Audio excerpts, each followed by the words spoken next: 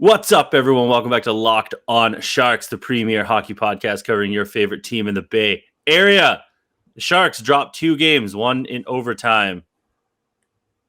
Yeah, they lost. I don't know. Is it moral victory season for a team trying to make the playoffs? Maybe?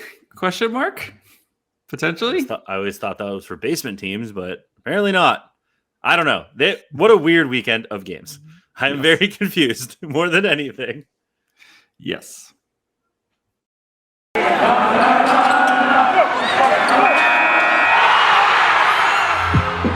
You're Locked On Sharks, your daily podcast on the San Jose Sharks. Part of the Locked On Podcast Network, your team every day.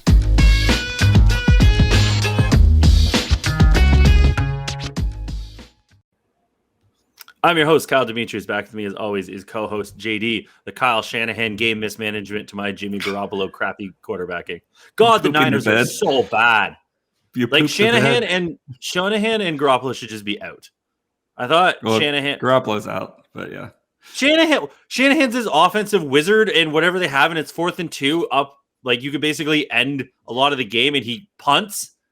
Like I just have no idea. He's lucky that like Sean McVay is very lucky that Shanahan was there to lose the game for them and Jimmy G was there, because Sean McVay, that was one of the worst coaching efforts I've ever seen in my entire life. What was that challenge? It's funny for two offensive like geniuses how conservative they both are on like 4th and short. It's really weird. Like they're like some of the most conservative, but yeah, it was a weird game, and I feel I feel bad for my my Niners friends, but go Bengals.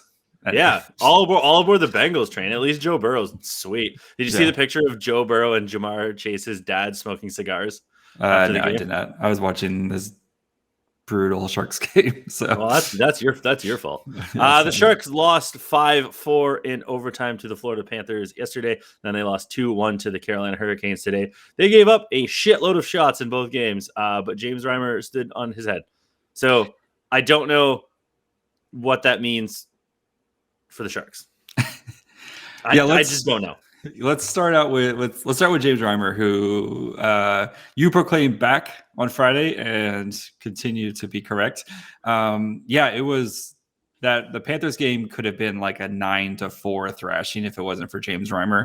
I know he gave up 5 goals, but the dude was just out of his mind. And then to turn around and play the second game of a back-to-back and go toe-to-toe with Frederik Andersen.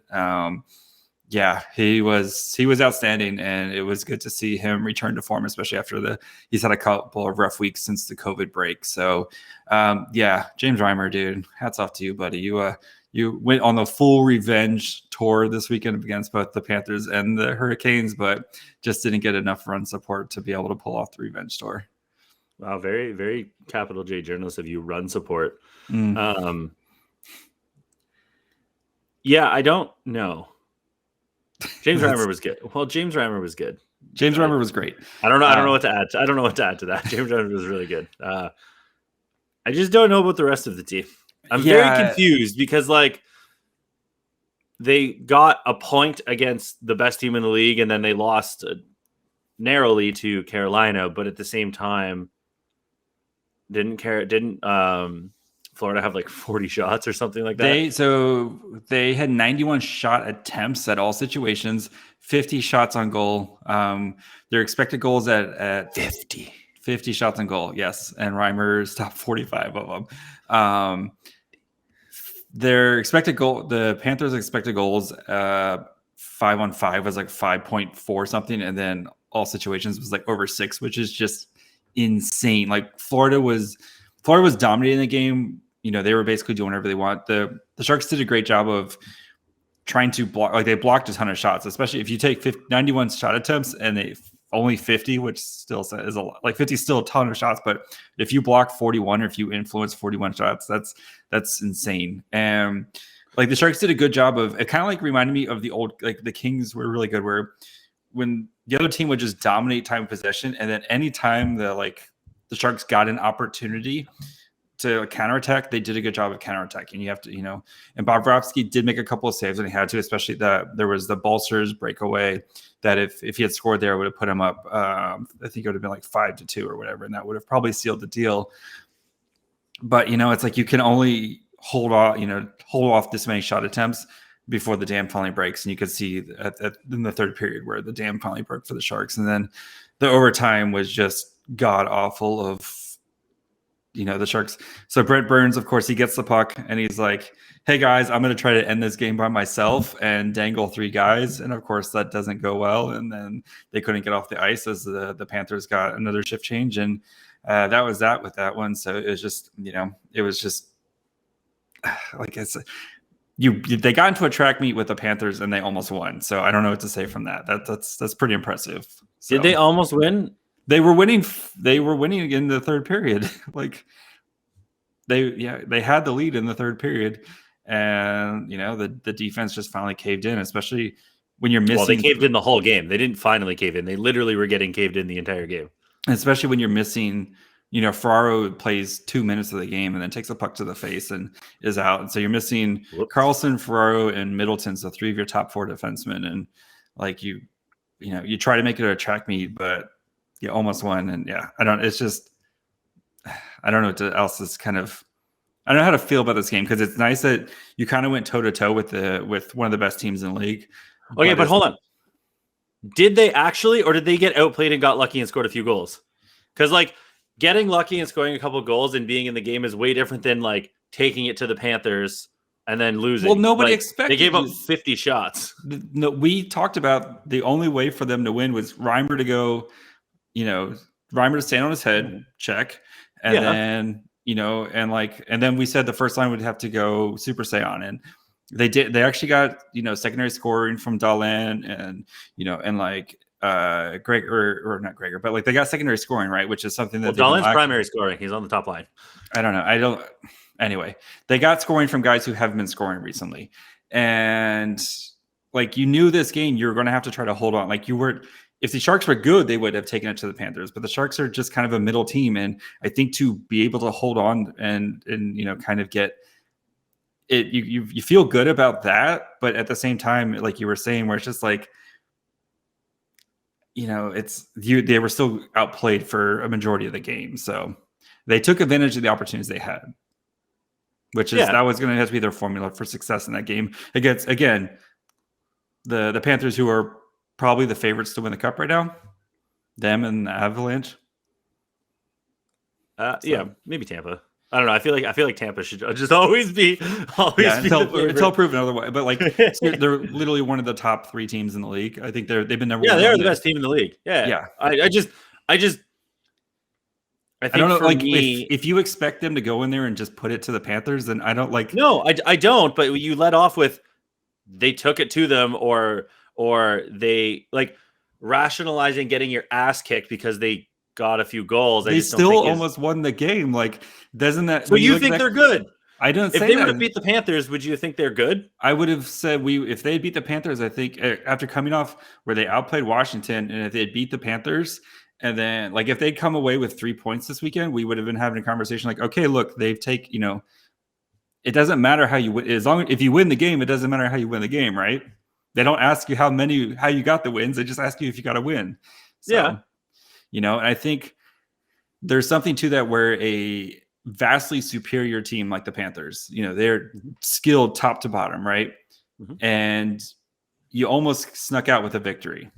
There's something to say to that, especially when you're down Carlson, you're down Middleton, you lose Ferraro 2 minutes into the game.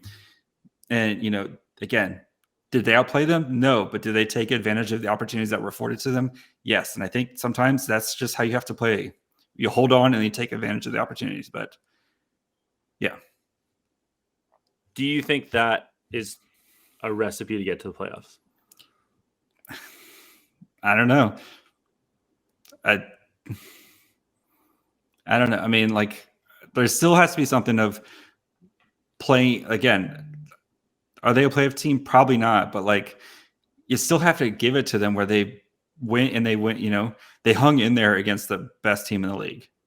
Yeah, but I think the Florida game is a lot different than Washington and Carolina, where Washington, like they obviously beat them, and then Carolina was a 1-1 game for a long time, and it was much closer.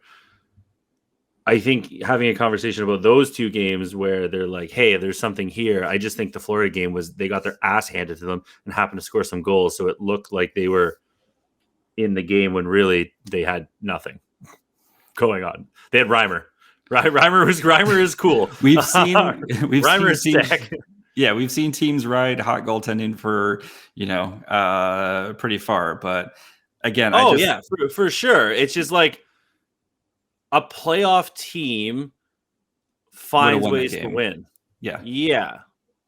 Either one of these games. And I think the Sharks, the last 3 games have been better than what we anticipated coming out of like the Pittsburgh, Tampa, whatever stretch. They've obviously been better and they're doing some different stuffs. I'm always trying to square we're going to the playoffs with what's going on the ice. And getting hammered by the Panthers, but almost maybe winning and doing moral victories, just like against Carolina. Bob was like, well, we had 12 inner shots, slot shots to Carolina's 10. So we just didn't get like, are we doing moral victories because we're the Coyotes? They are the Coyotes. I'm not anything. I'm just talking. But are they doing moral victories because they're the Coyotes or the Habs or the Senators? Or are they doing it's not good enough to cough up a game when you're up 4-2 and it's not good enough to lose a 1-1 game in the third period? What lane are we doing here? And I think that's where they played way better than anticipated. And they've been playing better. We both thought they were going to we had the over-under on 9.5 goals between both the games. Yeah, well, they got to 7. But this is the thing is I don't think they I don't think the Florida game was an indication of them being like, wow, they look pretty good. Because like you look at the score and it's like 5-4. It's like, holy shit, they lost in overtime to Florida. And then you look at literally any other stat and they got their ass absolutely handed to them. So like I just don't. Well, it's not like they weren't producing like against Florida. So expected sure, they goals produced 4 goals. They did literally nothing else. 50 shots is so many shots. Yeah. I mean, it's a lot of shots. But I mean, it's, the Sharks also had 35 of their own. It's not like they were just sitting there doing nothing. I think, I think that they played well, especially against a team that's much clearly superiorly talented, especially with the expectations that we had. We were expecting another Lightning game where they're going to get pumped 7-1, right? And I think having a chance to win that and basically just running out of gas at the end because you're playing 5 defensemen and then you were down. Balsers left the game for a while. Like you're just missing guys in the game. And I think there's still something to think like, hey, there might be something to build off here. This team, every time we count them out, there's still that kind of gutty performance in them, and I thought that was a gutty performance by them Florida game against the Panthers. So again, is that a recipe for success in the long term? No, but if you can hang in there against these top teams and try to scrape out a win in a game that you should not be winning, there still has to be something there to kind of hang your hat on. Just with, again, this team is just. They just don't have the talent to go against the Panthers, and they almost won that game. Yeah, I guess getting shit lucky on some goals doesn't really. They earned those goals, though. I mean, like their expected goals were over 3. It's not like they just went in there and just sat on their hands and did nothing. Like they didn't get as many opportunities as the Panthers, but every opportunity they had was a good opportunity. So they were going quality over quantity, against the Panthers. And I think there's still something, like I said, there's still does this make them a good team or whatever? I still think, and Bob wanted to like chip and play a slow game, and I do enjoy that the team was just like, we're going to try to get into a track meet with them. And Bob has lost the plot. At what universe did you think this team was going to be able to be like, we're going to slow it down and grind it out against Florida? Like, also, your best offensive player is Timo Meier. And you put him on the bench to start overtime. Again, for Noah Gregor. For Noah Gregor, who has 2 goals in his entire life. Also, Ryan Merkley not sitting in the bench. Again, I mean, I know it compounded with Ferraro getting hurt, but dude, Ryan Merkley should be playing all the time right now. And like he almost won the game for them against the Hurricane, or almost tied the game with that amazing stretch pass to Timo. Like that's why you drafted him. That's why you're there. And and then you have to have Radim Šimić run power play too, because Mario Ferraro was supposed to run power play too, but he got hurt. So like you're just putting yourself into you're just painting yourself into a box when you're not doing this, especially with Erik Karlsson not playing. Like Brent Burns played 62 minutes in 25 hours, 34 minutes against the Panthers. Oh, it's stupid. I can't do anything for 34 minutes. That guy's a month older than me. Like, what are we doing? The extreme Kyle voice. What are we doing here right now? I don't know, man. Do you think Brent Burns was hungry though after he was done? I'm sure he was starving. This is the latest ad break. Yeah. I'm sure he was starving after that. Yes. Well, there's only one today. We can put it wherever we want. Yeah. It's Built Bars. It's we have one ad. It's Built Bars. Built Bars. Yeah, it's Built Bar season. They still want us to do New Year's stuff because I guess most people drop off at the beginning of February. So hey, New Year, new you. If you're still hitting the gym, it's good. Hopefully you've replaced all those unhealthy treats with some Built Bars, because Built Bars will still taste like the unhealthy good stuff because they're covered in 100% real chocolate, and they have a lot of flavors: coconut brownie, cherry barcia. I just like saying cherry barcia. I think I've never actually had one. Rocky Road, peanut butter, double chocolate, mint, all sorts of different flavors. And they all taste good too, because they're not chalky or chemically like you find in your traditional protein bar. And most Built Bars contain 130 calories, 4 grams of sugar, 4 net carbs, and 17 grams of protein. Compare that to a candy bar, which usually has around 240 calories, 30 grams of sugar, and dozens of net carbs.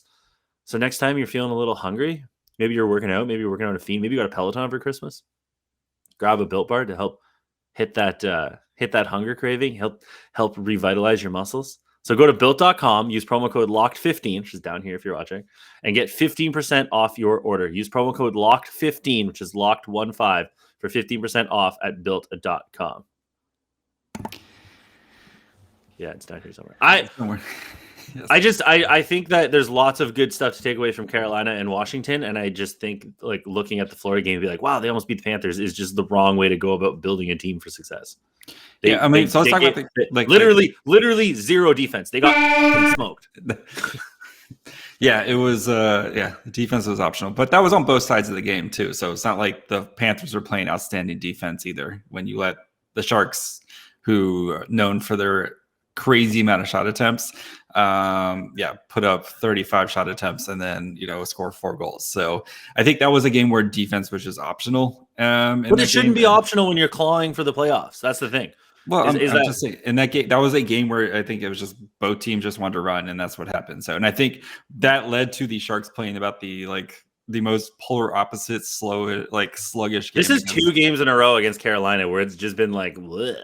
Yeah, and the Canes were also coming off a second back-to-back where they didn't have to travel like the Sharks, but it was just like a very slow, sluggish game, and both teams kind of crawl, kind of struggled to gather any offense. And I think again the same thing with Reimer, where he played really well and he deserved to win both these games. And the Sharks had a lot of good opportunities against Anderson that just couldn't solve him. And you saw a lot of especially in the first period, where it felt like the Sharks were just trying to get up a goal or two and then maybe try to park the bus against the Canes.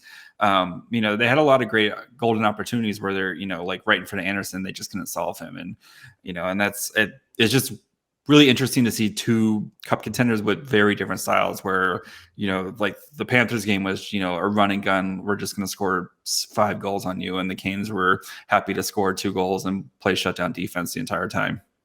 Yeah, and I think the way that San Jose played in the Carolina game is something, again, like with the Washington game, it's something that you can build on and actually move forward with it. And looking at the Carolina game and I don't like moral. If we're going to do moral victories, then just pack it in and play Ryan Merkley and John Leonard and stuff. But if you do want to do a moral victory, like they did, there was lots of good moments where they did outplay Carolina, and it was a much more hey, the Sharks have a little something here, and you can see different components of the team coming together, whereas Florida, it's just like, what is this mess? What is happening? Because Carolina, that is because like the first period, the Sharks played a pretty even period with the Hurricanes. They outshot them and stuff like that. The second period was just like that was the Canes were they out, way more shots and stuff, and then the third period was a very even affair, and just like Rudy got a good goal there, and then the Sharks, they just couldn't find a second goal. Like playoff teams just would find a way to get a win somehow in this weekend, and they just didn't. But I mean, like, at the same time, they didn't get completely destroyed, which is like encouraging, because now when you come into the schedule against like the Ducks and the Oilers and stuff like that, you're hoping that you can take the Washington and Carolina stuff, put it together, and maybe string off a few, if you're trying to go for the playoffs, string off a few victories and get somewhere. I think one encouraging sign, though, especially in the Panthers game, was the power play, which looked a lot better, even though they're I say they're basically a one power play unit, but Dahlin, who's on the second power play with Lane Peterson today, Nick Bonino, et cetera. But, it was nice to see him get going too, especially with, he's been struggling with COVID, and he had the shoulder injury, and he's been kind of rounding into form the past couple of games. So, but I mean, the power play, after having that brutal streak, like a month, has started to kind of click here, and we've kind of seen it get back to average-ish. Do you think this is something that maybe they're turning a corner, or they just because it's not like, the power play was bad against Carolina, but Carolina's the best penalty kill, but they look decent against the Panthers, though. Yeah, I got to see it for like a couple games in a row, because it's the same thing. Remember when Martin Jones won third star of the week last year for like 3 games, and everybody was rushed to declare him maybe turning a corner? He's back. Just back, baby. You just got to see it for like a few games in a row. Like, I just want to see a few games in a row. Like, yeah, one I think game if the power play, game, if it's 1 for 3 against the Lightning, then I think we'll feel pretty good about the power play. Exactly. If it's a little bit better against the Lightning, but again, if you get into a Florida-esque game against the Lightning,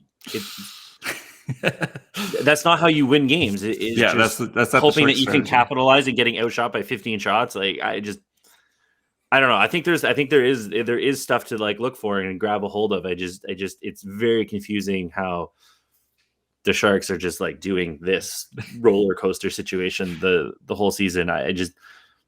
I'm just caught. Like, it's always hard to be like, wow, the Sharks are terrible always when they beat like Washington. Yeah. Right? But then but also you can't be like, wow, the Sharks can never do any wrong.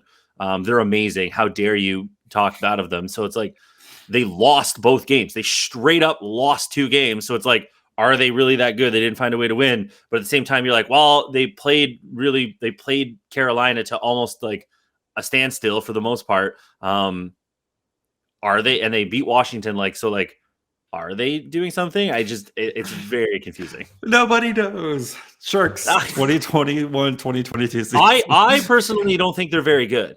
I think they're mediocre still. So yeah, like that's the thing, is like, I personally don't think that they're like, I don't think they're like great. See, I don't think they're like a bottom 10 team in the league. I think they're just like one of the middle 10 teams in the league, and I think that's how they played. Middle 10 to like number 12 or like 19. So they're like a 15 to 20 team for me, where it's like some nights they can play really well and they can, then they beat the Caps and they almost beat the Canes, and then some nights they get curb stomped by the Tampa Bay Lightning, and you're like, what is this team doing? So, and that's just it's unfortunately the fence straddling is probably going to make us both age horribly this year. So, yeah, I think that's the thing, is pick a side. Yeah, basically they're gonna wait till the very last minute to try to pick a side here. So, but. We're not picking sides. We're picking draft sides soon. So, yes. Drawing lots for children. We do have a lot of draft profiles loaded up, especially with their weird break coming up and stuff like that. We have a lot of draft season kicking in, and we'll try to cover as much as the first round as we can. So that way, no matter where the Sharks fall, we got you covered. Yeah. Weirdly, none of the people I think we've got lined up like 10 or 12 profiles, and nobody's picked Shane Wright yet. I thought somebody did pick Wright. No. Oh. Nobody's picked Wright. I have no idea why. It's really funny. Nobody's picked Slavkovsky either. We need to get him on the board. So did somebody pick Lehkonen yet? Because he's starting Lehkonen? to ride. Yeah. Who's Lehkonen? Or what's the kid from who's on Jew Garden? Lekaramaki, yeah. Yeah, he's taken. Okay, good. Because he might be intriguing. Anyway. Lekaramaki. Lekaramaki. Lehkonen's a guy that plays on Montreal. Okay, him too. Is he draft eligible? Maybe he's a free agent this year or an RFA. They could get him. So maybe that. If you would like to request a draft profile in particular, let us know. Or if you just want to talk about if the Sharks are good or bad, you can do that with us at Locked On Sharks on Twitter or Facebook or Instagram. Nobody knows. If anybody comes into the YouTube comments and is like, you're being negative, I'm like, I wasn't. I was just trying to figure out what the Sharks are. It's been 44 games and we don't know what the Sharks are. They are sea fish. Yeah. I guess there's no other kind of fish. Just they're all in the sea. Could be a lake fish, I guess. Twitter, Facebook, Instagram, shark. Locked On Sharks. Those lake sharks. There is some in I think Nicaragua or whatever. It's like freshwater sharks. Mm-hmm. I'm sure there's freshwater sharks somewhere. Yeah, it's like Nicaragua. There was like I'm sure there's more. Nicaragua is very specific. That'd be a sweet. But there's like this big lake where they the sharks got stuck in there as it like the land formed around the lake. So anyway, Nicaragua does have a big lake. It's called Lake Nicaragua. So, there you go. Makes sense. Sharks are cool.